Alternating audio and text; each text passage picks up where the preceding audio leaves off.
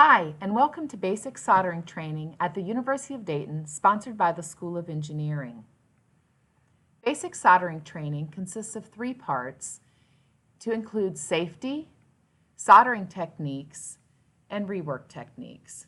Today we will focus on Part 2, Soldering Techniques for THT. So what is THT? THT stands for through-hole technology, where the components have leads or wires that will secure the part into a breadboard or printed circuit board, PCB. Leads go through the holes to the bottom side of the board.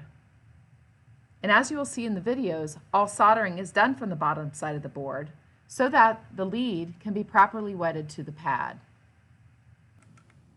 Now that you know what THT stands for, let's get started. Step 1 is to set up your workspace. Here's an example. As you can see, you will need safety glasses, a fume extractor, an anti-static mat to protect both your components and the table that you're working on, a soldering iron, solder and hand tools, helping hands, and also tip cleaner and brass wool. Step 2 is to prepare the components for soldering. Identify the component to be soldered, in this case a red LED, determine the polarity, find the location on the circuit board, spread the leads to fit the holes, pull the leads through the holes, and bend the leads over on the solder side to give the part mechanical stability before you solder. Step 3 is to solder the component. Apply flux to the solder side of each pad and lead. Use a soldering iron at a proper angle, 30 to 45 degrees. Heat the pad and the lead. Feed your solder wire from the opposite side. Allow the melted solder to flow around the lead and connect the lead to the pad. And finally, quickly remove the soldering iron and allow the solder joint to cool.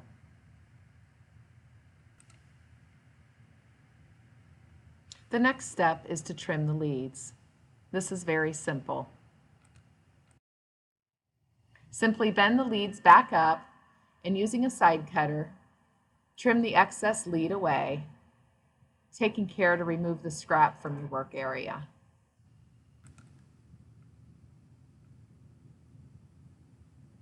Step 5, continue soldering until you have placed all components.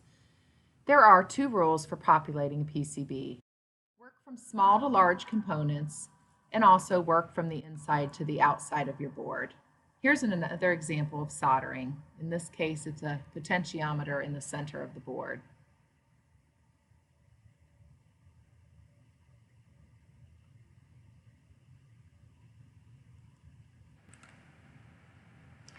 Step 6 is to examine the quality of your solder joints. As you can see in this picture, there is a proper anatomy for a good solder joint. It should be bright and shiny, and it should have a concave meniscus shape to it. Some people say it looks like a Hershey's Kiss. Here's an actual photograph of some good and bad solder joints. You can see examples of too much solder, insufficient wetting, and also some good examples here. The next step is to clean up your workspace.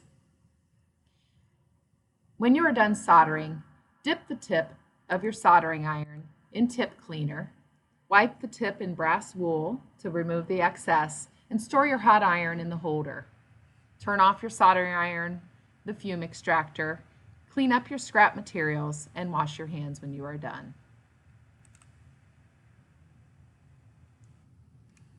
Now that you know how to do basic soldering, would you like to learn more?